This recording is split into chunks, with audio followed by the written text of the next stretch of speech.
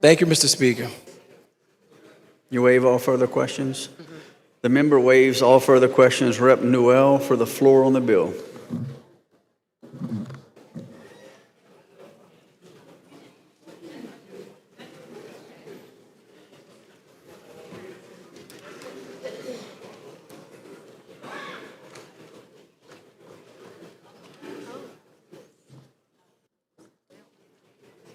Thank you, Mr. Speaker. Members, this is the most racially offensive piece of legislation that I think I've had to debate since I got in office. This legislation prohibits the teaching of subjects that would trigger white fragility or white guilt.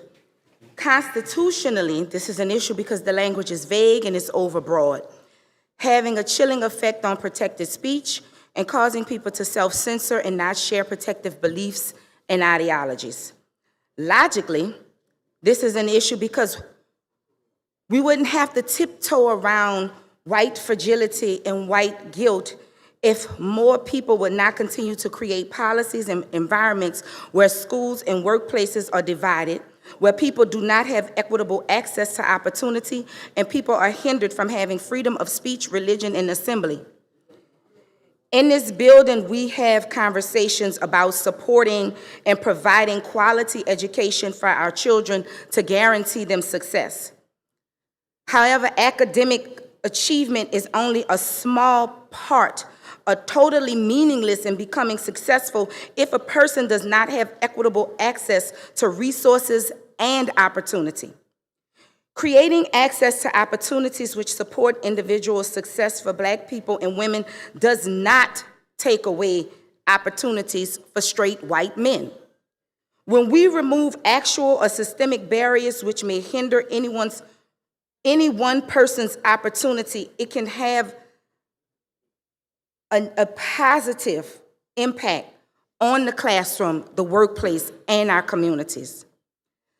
The fact that we are about to vote on legislation which would essentially eliminate or throw away groups of people from being included in and having access to available opportunities because they do not have the right skin color or gender that fits into the society that someone else is telling us that we should have in our state is absolutely absurd. This legislation would also eliminate mentoring programs for our first-generation college students. It would eliminate harassment prevention training, such as sexual harassment training, lactation stations, teaching on how to be supportive to marginalized groups, and protecting our students. What about my Black fragility and my Black fatigue? I just want to be Black in peace. DEI is not a handout. It is a policy created to open opportunities for those of us who are qualified, but not offered those opportunities simply because of the color of our skin. Black people have only been asking for equity, inclusion, and access to resources and opportunity. God forbid the day we start asking and seeking for revenge. Members, we had a small technical issue up at the dais. So if you wanted to go to the floor, can you please go back to your desk and press floor on the button? Rep. Marcelle for the floor. Thank you, Mr. Speaker and members. DEI. It seems like suddenly DEI is a bad word. It's diversity, equity, and inclusion. These are all words that every member in this House say that they believe in. They believe in diversity. I've heard even Representative say it time and time again. We believe in equity and inclusion. If that is so, why are we trying to eliminate a program called diversity, equity, and inclusion? Apparently, Representative does not know why it was created in the first place. If we had equal opportunity to be at the table, there would be no need to create the program. It is created with a framework to promote fair treatment. Everybody in here say they're fair. And full participation from all people, but particularly those people who have historically been either underrepresented or subjected to discrimination based on several things. She kept talking about one group of people winning a race over another group of people. This is based on your identity, whether it was being black or LGBT or white women or some form of disability. So DEI was an attempt to right a wrong. In other words, this bill seeks to take us backwards. This bill seeks to control what's being taught at the universities. I kept hearing her say, no, they have the... Why are we auditing people to see what's going on if there's not going to be any punishment for it? It's changing programs that has been implemented to increase the marginal numbers of disenfranchised people who, because of this bill, now have a seat at the table. That's who we're going to change it for. Whether that's a disability, we all see people with disabilities, they offer them jobs, they create a space for them. This bill seeks to take those opportunities away from them. What is most offensive, though, about this bill is that it is being driven from a political climate that we find ourselves in today. We kept talking about the federal law. It is an executive order, and it is also being challenged. Apparently, no one has told the author, and I kept asking her over and over again, but she kept reading from her notes, that white women like herself have benefited more from DEI than anyone else. Because for too long, women couldn't even vote. It hadn't been that long ago when we couldn't vote. We certainly wouldn't be in here. So it's really appalling to me that a woman would bring this bill and stand up here and say that they are inclusive and they believe in diversity. This bill seeks to take us backwards. If this bill passes, what will we do with our police departments, our accident committee? What are we going to do with our police departments? Everybody knows that state police has implemented policies. What are we going to do? This bill seeks to take us backwards. What will we do with those people with the disabilities? What will we do with Title IX? Finally, this is not an educational integrity bill, nor is it about fairness. This is an attempt to reverse where we've come from as a state. In this very bill, it talks about white fragility. And what does that mean? If somebody is uncomfortable, that means that there is a problem with it. I'm uncomfortable. I've been uncomfortable. Black folks been uncomfortable. Guess what? We're uncomfortable, but we're not putting legislation forward to undo things that we're moving forward as a state. This bill seeks to take us backwards. And I stand up here and ask you to search your heart, you know, the one where we get up here and pray every day before we gavel in, that one. Check that one out, where we talk about God. What would God do? Would God say, let's reverse this because somebody did an executive order? Would God say, let's reverse people having a seat at the table? Would God say, we tried to fix some of the racism that was caused in Louisiana, deep-seated racism, and we're trying to fix that. We can't fix it overnight. But would God say, let's reverse that? Let's take that back. Let's take that from them. The opportunity to be at the table. Not a hand out, but a hand up. And this bill seeks to undo what has been done in this state. I hope as men and women of this state, you would think twice before you push your button to support such a divisive bill. Rep. Wilford Carter for the floor.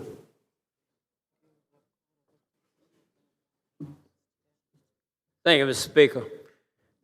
It seems that we don't want to call the bill what it is. is DEI. For some reason, most people think DEI means black. DEI does not mean black, okay? It doesn't, you're not, yes, we are speaking out as a group against it because you ought to be speaking out against it yourself. How we got here? How did we get to this point? We got here because of racism, people being denied opportunities, you know, that's how we got here. So some case came up, a Supreme Court case, that talks about segregation, talks about denying folks admission, opportunities, and what have you. And so we came up with DEI. Wasn't me.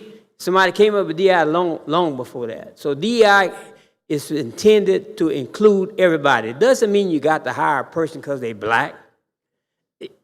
These airplanes flying in the sky, they listen to air traffic controllers. They don't know whether the air traffic controller is black or white or Asian or whatever. You can't be a air traffic controller just because you black, because somebody's going to hire a black person as an air traffic controller. You got to pass tests and be qualified. And one of the reasons why we have a shortage is because we're not going to different places to try to get the best and the brightest that we have. So DEI is an opportunity to go and seek out the best and the brightest we have in this country to do the things that need to be done in this country. So by doing things like this, you're really not doing what you really want to do, is get the best and the brightest. Now, they keep talking about what the court says. The federal court, Supreme Court, only said that race should not be the sole factor in selecting a student at Harvard University. So if you want to pass a bill that said LSU cannot enroll a student or get a student in the LSU based on race alone, well, that's be consistent with the law. But it didn't say anything about the stuff this bill says. This bill more should talk about what the president's executive order said, you know, that he didn't like DEI. But DEI, keep in mind, is to access all areas, all groups in our country, to try, get the brightest minds that we can to deal with the problems that we face in this country. And we continue on this path, we're going to find ourselves falling further and further behind other nations because we're not going to have enough air traffic controllers. We're not going to have enough scientists because we're trying to get them from select source. Okay, so how are you going to decide whether or not a person is hired in a department based on race or based on qualification? I mean, what exactly? That means every black person is hired in the state of Louisiana in a department, the first thing you're going to say is a DEI hire? But that's not the case. And how are you going to go back and investigate other hirings that's already been done? Every black that's hired in the state of Louisiana happen to be a DEI hire? That is not the case. You got a man working, trying to repair a road. Is he a DEI hire? So I think we're going too far with this bill. It's trying to do too much, and we taking our eyes off the ball, and we trying to divide one another. We're trying to divide ourselves. And I think we need not to divide the country. We need not divide the state. We need to be together and get the brightest, go everywhere. We got to go to Grambling, go to Southern, go to LSU, go to USL, and get the brightest to qualify for every job. And don't worry about the color of the person's skin. And this is what this bill seemed to be talking about, color. And it shouldn't be. Rep. Lyons for the floor on the bill.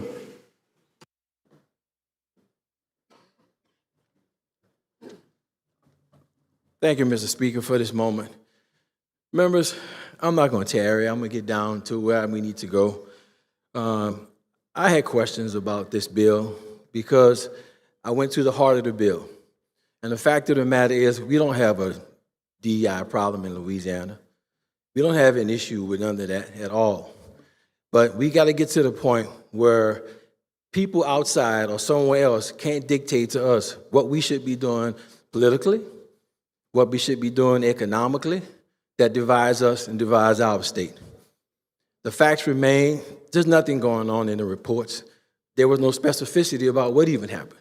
You heard it, it's not there. It doesn't happen. We targeted a part of state government that brings millions of dollars to the state in farming.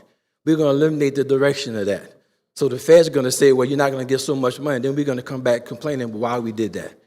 It's shooting themselves in the foot for a political reason. Politics.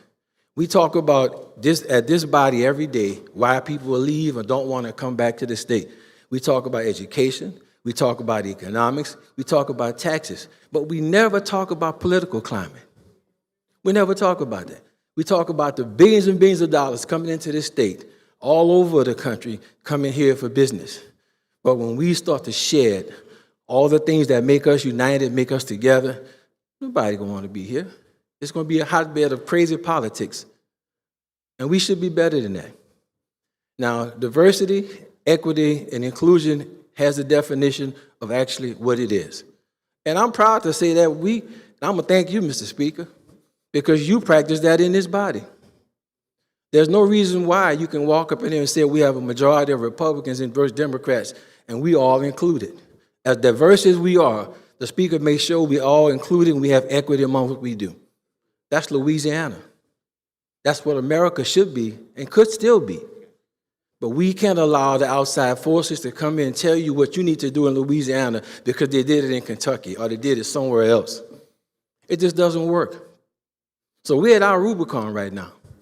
We're at the point of no return for moral, Christian-hearted, self-believing people to do what's right. Yes, this bill only categorizes two things: state government, which is big, and education. But it's just a gateway to something else. Something else. That we can't leave here and come back 5, 10 years now and say, I want to change it. I made a mistake. Because politically, I had to do what I was asked to do. It's wrong. It's wrong. Now I'm going to close by saying this little piece, because a lot has been said. 99% of the people in this room ate gumbo before. Some of you know how to make a good pot, like I do. But you can't make gumbo if you keep changing the roux. You can't take a good pot of gumbo because the roux holds it together. Its texture, its flavor, all comes from the roux. This stuff here is divisive.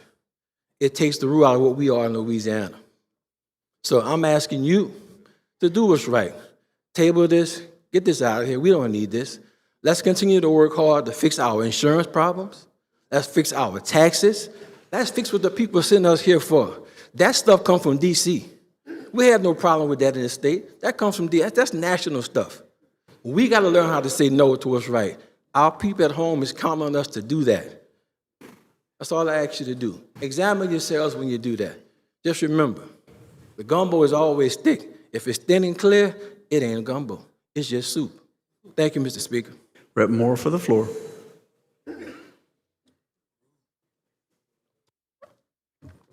Thank you, Mr. Speaker. I am not going to stand here and ask or try to persuade you all to vote yes or no on this bill. I'm here. I came forward to do two things. First of all, I came to let you all know that I have read the bills, substitute, the original, the engrossed, the substitute bill. I've looked at the amendments. I've even gone back and looked at the tape because I'm not on that committee. But I looked at the recordings. And I'm standing here because I just want you all to know what's on my heart and how I saw this. I am troubled by this bill and the things that are in it. I'm not going to go through all what's been said. I'm just going to let you know that I cannot vote yes on this bill. You do what you got to do, but I wanted you to know because I see what it's doing. It's removing all of the diversity, the equity, the inclusion, the plan, the program, dismantling the support system, saying, just all of that, just a whole big, just all of it. If someone doesn't want to take, I'm okay with the mandate, don't do that, okay. But if someone doesn't want to take the class, that's okay if you don't want to know. I think if I wanted to be a better person, I want to know about this. So I'm going to say this. What am I planning to do? when I go home, this is what and I'm just off the top of my head thinking right now, this is what I'm going to do. I'm going to go back and tell my constituents and people that this bill has passed. I'm going to try to encourage those students that go to school, go to universities, to take the course, to learn all you can, get all the knowledge and understanding and the wisdoms you can. I'm going to go back and tell the people in my community that we got to do better. We got to do better. Better yourself. If you're going to lose your job, start working on your resume. Start looking for another job, because if this bill passes, some people will. And so I'm going to stop there, because it does prick my heart when I read things like this and when I see it. So all I'm saying is, and I want you to understand, I cannot vote yes on this bill. Thank you. Rep. Phelps for the floor on the bill.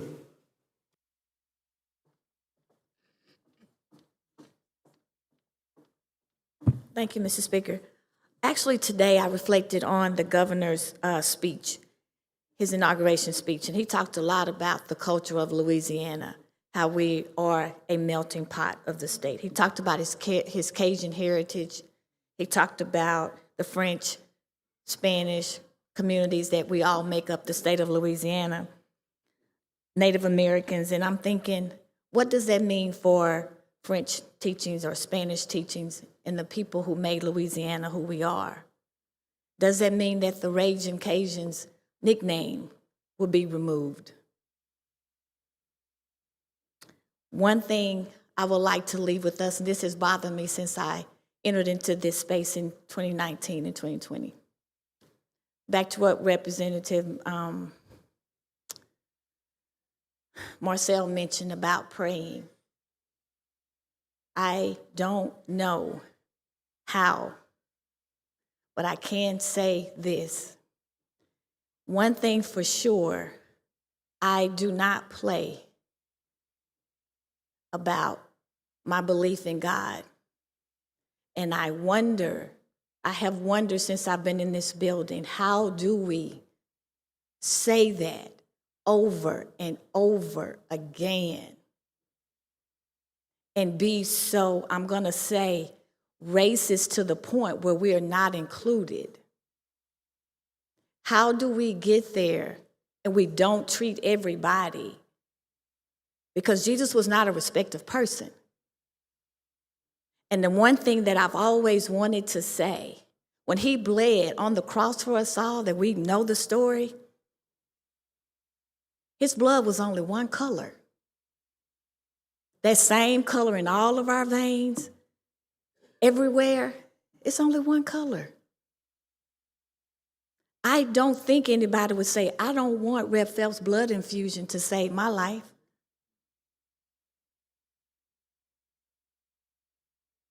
He is the ultimate judge, and I truly believe, he will be judging us on the intent of our actions, because he knows that. Thank you, Mr. Speaker. Rep. Larvadain for the floor.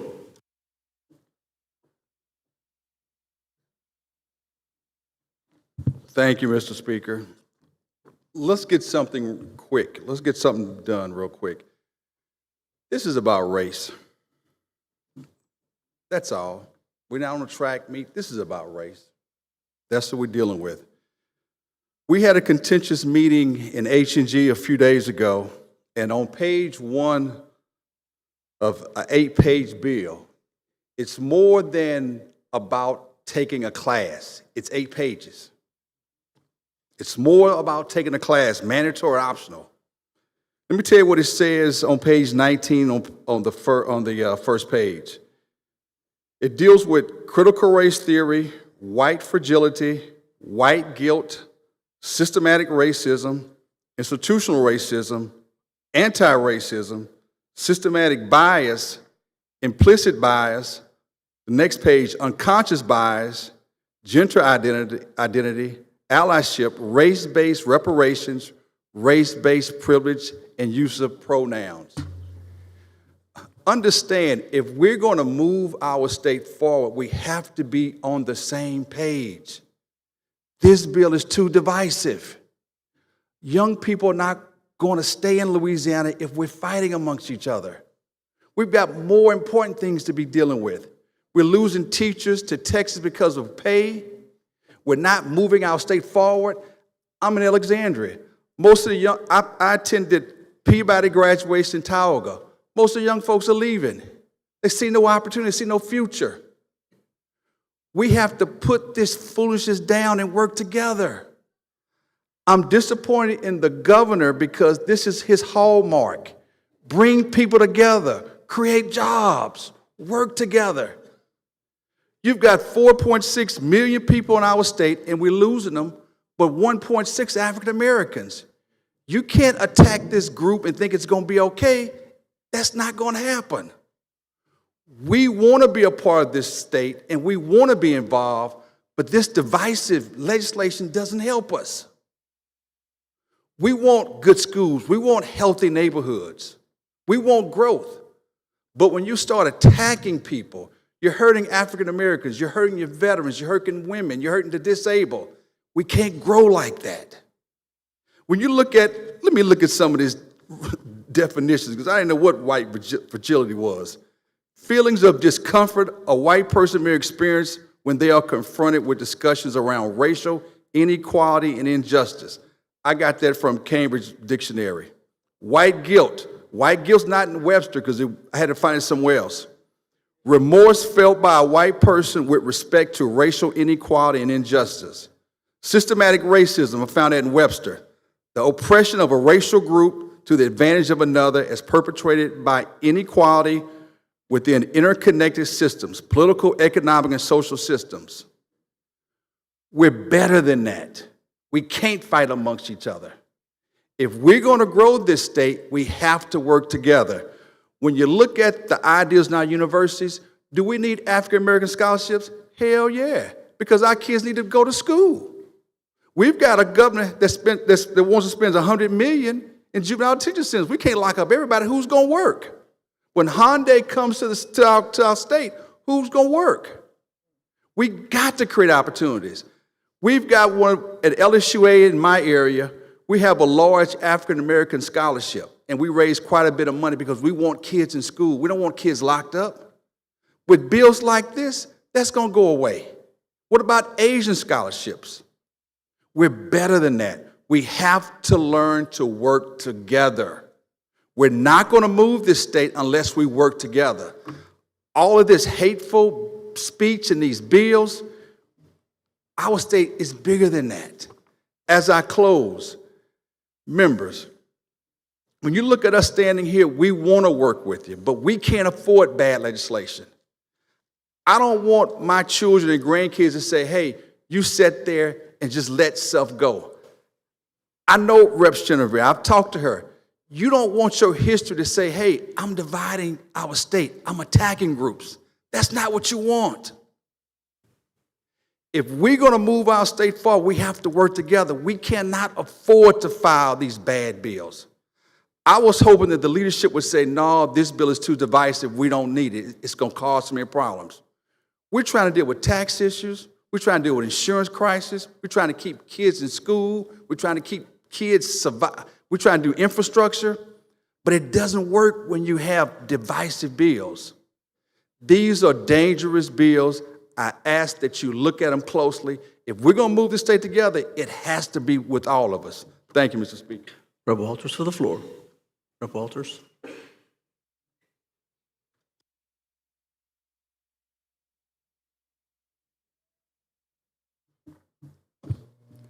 Thank you, Mr. Speaker.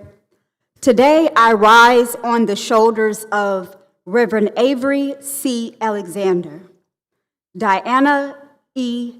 Bejois, Sidney Bartholomew, Louis Charbonnet III, Nick Connor, Joseph A. Delpit, Alphonse Jackson, Johnny Jackson Jr., Thomas Jasper, and Richard Turnley Jr. These are the founders of the Louisiana Legislative Black Caucus. What is important to me today is that our voices are lifted up. The voices for people who suffer from disabilities, those who've served this country that we call heroes, our veterans, women who are known to make a way out of no way, and racial groups such as the Black Caucus. Those are the voices that encompass diversity, equity, and inclusion. DEI is not solely about race and gender. Being a person who is DEI, whether a state appointee, civil service employee, a professor, a university administrator, it doesn't mean that they are underqualified or the sole reason that they received the position is because that they were a minority. People who are DEI have served this state on merit and not mediocrity. When we celebrate and have events for Women's Month, HBCU Day, Veterans Day, Farmers and Growers Day, all here at this Capitol, we are celebrating DEI. We are celebrating the legacy of recent accomplishments of those groups. I have critical data that needs to be entered into the record today. The Civil Service Report from 2023-2024 shows Louisiana has more than 69,000 state employees. This specific analysis includes both classified and unclassified employees. By gender, there are over 40,000 women, 28,000 men. By race, 38,000 are white, 24,000 are Black, 2,000 Asian. By generation, traditional workers, meaning people who were born before 1946, 440, baby boomers, those who are born from 1946 to 1964, over 12,000, almost 13,000.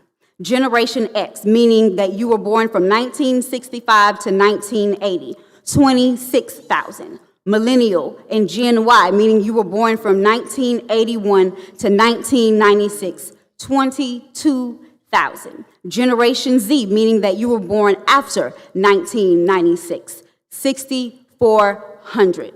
The average age of state employees is 46, and that's classified and non-classified. And questions I want us to ponder on regarding DEI policies and trainings. What race or gender-based policies are we hearing that are in state agencies and universities? What are they implementing? What hiring practices, trainings, events are we hearing that are actually happening? Are we overstepping our boundaries as a legislature by regulating what universities teach, what college students' frameworks for their research is? What colleges use DEI, and how do they implement it in their practices? Sport is a big deal to this state. Do recruiters have to submit reports on their recruiting criteria if students who fall in the category of DEI are recruited? Does this limit who is recruited? How many students are currently in a program where their syllabus or syllabi may be deemed DEI? How will this impact historically Black colleges and universities and what is taught there? How will this impact our research universities and their status in funding? Will students be allowed to finish their degree in their discipline if they have a paper that might fall along the lines of diversity, equity, and inclusion? Should we dismantle the Women's Caucus because the men of this legislature aren't allowed to join the caucus based on gender? I would like to highlight the contributions of people from around this state, people who would fall under the scope of DEI. The first Black trooper hired by Louisiana State Police was Abraham Bowie. He was hired in 1970. He was 32 years old. He had completed 10 years of service in the Marine Corps. The first female state trooper, Cindy Bell of Opelousas. She started her service in 1974.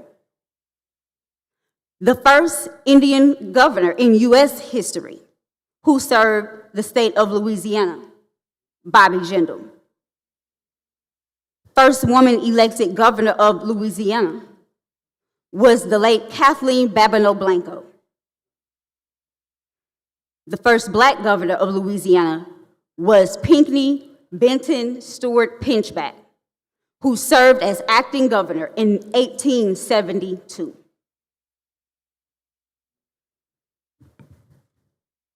The first Asian American to serve as chief law enforcement officer of a major metropolitan area. He served as sheriff of Jefferson Parish for 7 terms, Harry Lee. And the list goes on and on and on. State agencies who provided fiscal note input. Louisiana Department of Agriculture and Forestry, they would be required to eliminate their minority and veteran program. And it would eliminate the Director of Minority and Veteran Affairs, that position. That is one employee out of 69,000 that we know of. Louisiana has a total of 8,000 minority-owned farms operating on over 800,000 acres.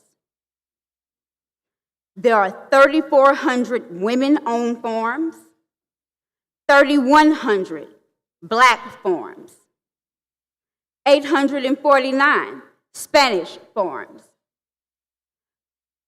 526 Indian-owned farms. Elimination of 6 positions in the Louisiana Department of Health. Those positions are federally funded, and they are still federally funded to this day. And they fall under DEI.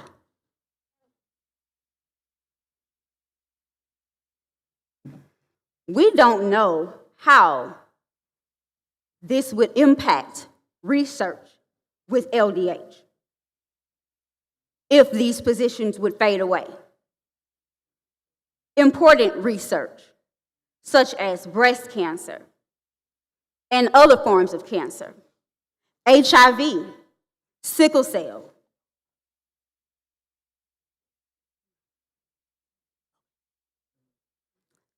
Thank you. Rep. LaFleur for the floor on the bill.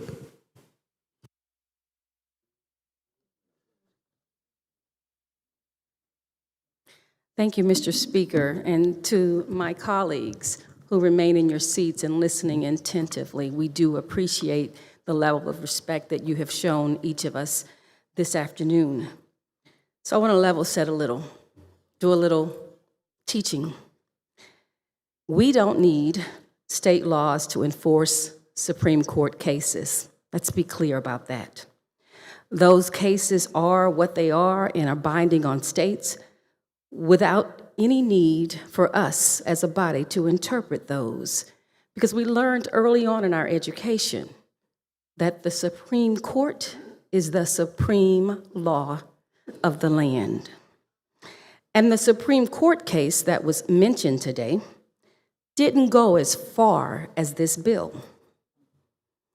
It did not speak of academic instruction, state agencies, and whatever else is in the bill. The Supreme Court case was about admissions. This bill is both unnecessary and a misinterpretation of the supreme law of the land. Members, I stand in opposition to House Bill 685. It's regressive, and it's all based on ideology. What this bill does, to be clear, produces fear. It is not about fairness at all. Diversity, equity, and inclusion, members, are not threats at all. What those terms mean to me and the people who sent me here to voice for them, they are the promise of equal access to opportunity. They are about making sure that the people of Louisiana, regardless of background, can work together, live together, play together, thrive together, and our institutions are in place so that all of us have access. Diversity, equity, and inclusion are not bad words. They're good representations of what it is we teach our children. They're good representations of what we learned in Sunday school. They are good representations of our heart. Thank you, members. Rep. Boyd for the floor on the bill. Thank you, Mr. Speaker. I want to start by saying several times it has been said that we were following federal law. Federal law also includes members of the LGBTQ community as a protective class. That bill has been run 22, 23, 24, and again 25, dying in committee. I wish we could follow federal law on everything. Members, I urge us to pause and consider what we're doing here today. The narrative that DEI, diversity, equity, and inclusion, is divisive and unnecessary is false. DEI reflects our shared commitment in fairness and opportunity for all. Historically, women who have gained leadership, education, and income benefit from DEI. Attacking DEI harms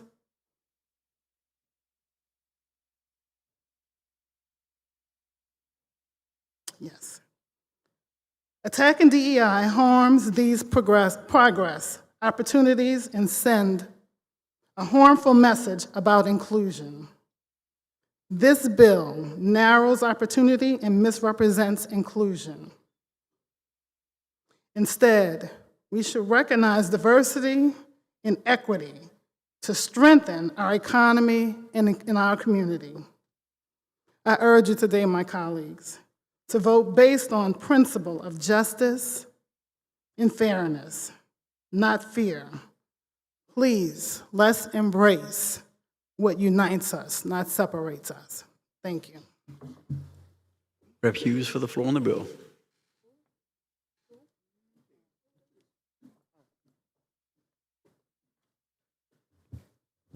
Thank you, Mr. Speaker. Oftentimes when I'm asked by my constituents, when I'm asked by legislators from around this country, when I'm asked by just ordinary people, how do you enjoy serving in the Louisiana House of Representatives? My response is always the same. I absolutely love it. I often get asked questions, well, how can you love an institution where you serve in a super minority? I said, because I've come to know the hearts and minds of my colleagues. Members, I have intentionally, and I'm going to use the word intentional, I've been intentional about getting to know each and every one of you in this chamber. Gotten to know your hearts. And each of you are just good, genuinely decent people. I believe that in my heart. I've broken bread with you all. We've shed tears together. We've done a lot of laughter together. Some of us have traveled together. I have spent time at your homes with your spouses, with your children. I've been there for you. You've most certainly been there for me. You possess so much goodness, and I mean that.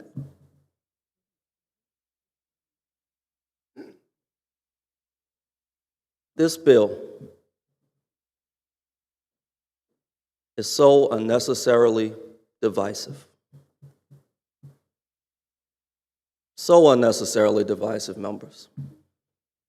And I just feel that we are so much better than this. I've traveled to all 64 parishes in this state. And I think one of the greatest strengths of this great place that we call Louisiana, despite its challenges, despite its dark past, as I travel this world, I'm always excited to come back. I feel it's the greatest place on earth. And in my opinion, our greatest strength is our diversity. Diversity built this state. Our state is one big gumbo. A couple weeks ago, I was in Representative Carrier's district in Oberlin. His constituents could not be more different than mine. But God, they were so nice, so welcoming, so loving. Just good, decent people, like the citizens of District 100 and like the citizens in each and every one of our districts. And so, members, it's been a great journey for me in this house. But I have to admit, my heart is heavy today. Today is dark for me. Today is painful for me. I'm reminded of my grandfather, who you've heard me talk about in the past, the late Lieutenant Colonel Reverend James Lawrence Wynn Jr., who graduated from Southern University in 1952, was commissioned as a second lieutenant in the Army, rose the ranks to become a lieutenant colonel during a time of great racial strife. Even though he was fighting to defend the flag, he could not stop at certain hospitals with his pregnant wife because of the color of his skin. My grandfather fought to defend this country, and he fought for equality so that I didn't have to fight so hard. But I feel like history is somehow repeating itself. And here we are, once again, having to fight such a divisive fight. Members, I hope we can get past this. But it is going to take some time because it is causing unnecessary division. But despite the darkness that looms today, I know this in my heart. God still reigns, and the sun will rise again. Thank you, Mr. Speaker. Rep. Jordan for the floor on the bill. Thank you, Mr. Speaker, and I want to thank you in advance because I have not received any text to say that the live feed has been cut or the microphones have been killed. So I want to let you know we do appreciate that, and it doesn't go unrecognized. For those of you who don't get it, it must be your first term. So,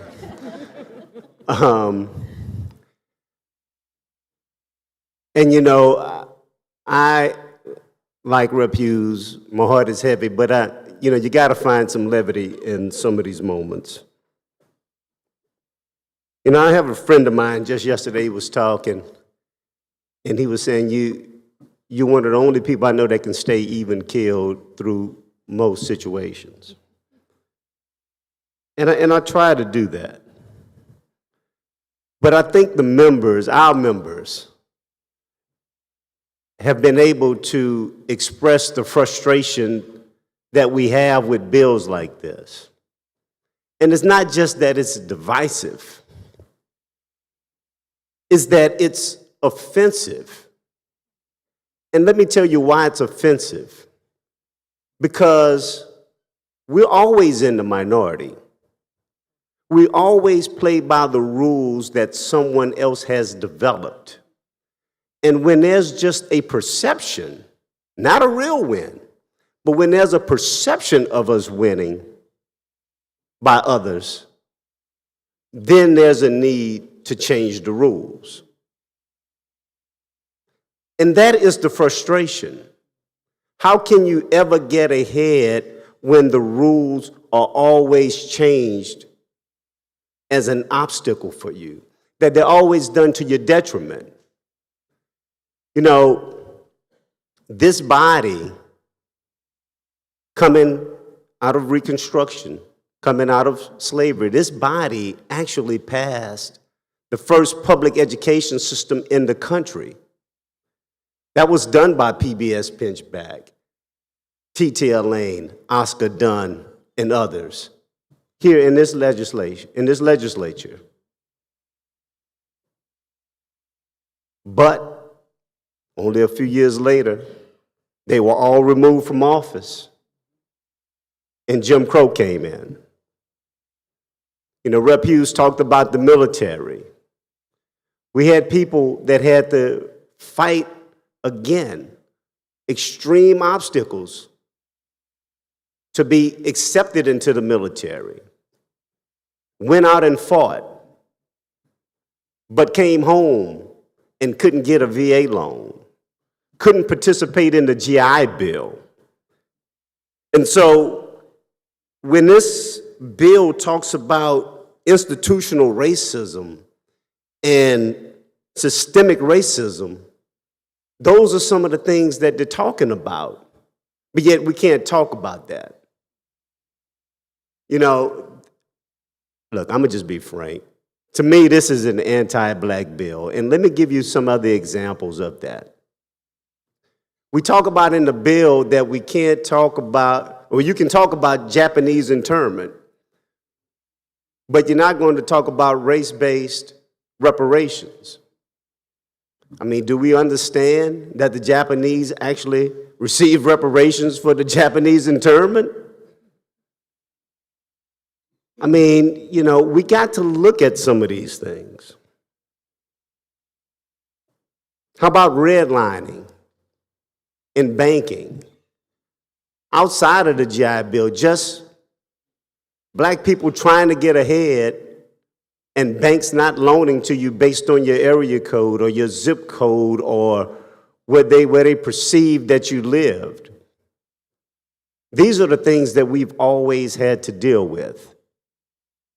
And so now to face a bill like this, it's very disheartening. You know, Louisiana was famous for the black codes and the one-drop rule. And I know we had a resolution today from Representative Baham honoring our Pope. And I want to honor him as well as the first African-American Pope there. I didn't create the one-drop rule, but if we're going to go there, we know he's got more than one drop in him. Right? And I was talking to one of my good friends here in the legislature, and they said, well, that's not how he identifies. I said, well, this legislature already has said it's not how you identify, it's how you're born. And so we know how he was born.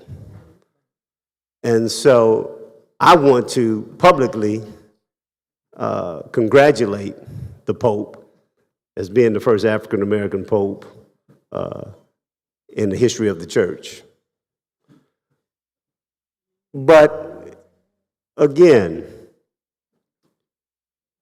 I just want you to understand that we don't always come up here united in this type of semblance. But I want you to know this is not for show. This is not for some spectacle. This is to express to you the seriousness of which we take this bill and the effect that we think that it will have on our communities. And lastly, I'll just tell you, because it's on my heart. And I understand what the media says. I understand what the reports will say. But it's hard for me to envision, and I find it somewhat ironic that this bill comes up on the same day that President Tate has announced that he's moving on to Rutgers University. I find it really strange that a man that just signed a 6-year contract a year ago decided it was time to move on. But it's not hard to understand in a climate like this why he would want to do so. And that's part of the frustration. I think there's no doubt that he's been successful in all aspects of his presidency while he's been at LSU. And the flagship university has certainly succeeded under his tenure. But when you wake up every morning and you have to deal with issues like this, I can certainly see why New Jersey probably seems and looks a lot better. What I tell you is I just hope that President Tate isn't the last good person that we lose to another state because of the foolishness that we've encountered in Endeavor. Thank you, Mr. Speaker. Rep. Taylor for the floor on the bill.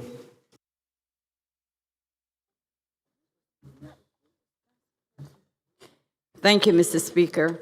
I had said I wasn't going to say anything, but I just can't let the opportunity pass because I'm not the oldest person in the building, but I think I might be the oldest one up here.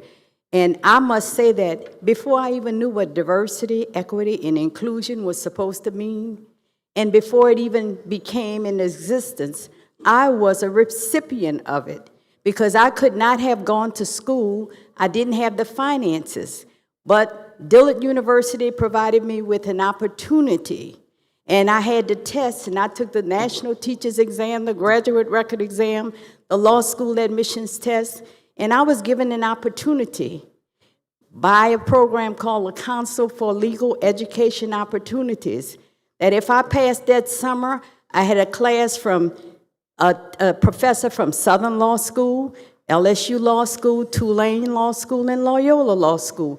If I passed that summer program, that I would be admitted free into any Louisiana law school. And I must say I went to Dillard free also because I didn't have the money. Matter of fact, I didn't have the money for the application to go to law school. And I wrote the letters. LSU accepted me, Grambling and Dillard. Dillard gave me all the money, so I went to Dillard. But I was not intimidated by not having it. I thought this is America. If I apply myself to my education, that I will be able to go to school. And I went to school. I didn't get my first call till my second year law school. Nobody gave me anything, and I wasn't quiet and easygoing, as you already know. So therefore, they gave it to me in spite of that. Some of the people I met since I've been here, at first I was disillusioned when I got here and saw how the votes went. We all represent people in our district that elected us to come here, various people, various ethnicities. We should be voting on behalf of the people that we represent. We can't satisfy everybody, but we represent everybody. We should not be rubber stamping everything that is set before us. I don't do it. I can't tell you how to act. But what I'm telling you is this: I made friends. Even before I got here, I met a friend from St. Charles Parish. She was the first female. I was the first female from my parish. She helped me, I helped her. We don't agree on everything, but we do communicate, and I think she tells me, she'll point out, I had a meeting with a group of people or whatever. I say, I'd like to go to the meeting. She gives me information, I give her information. That's the spirit of camaraderie that we should be attempting to do with each other. The speaker, he is very sensitive. When he heard my story, when I met with him for the first time, he was very compassionate with me. I don't always agree with him and nobody else here, but I'm just saying that at least he's compassionate, and I think he's sincere.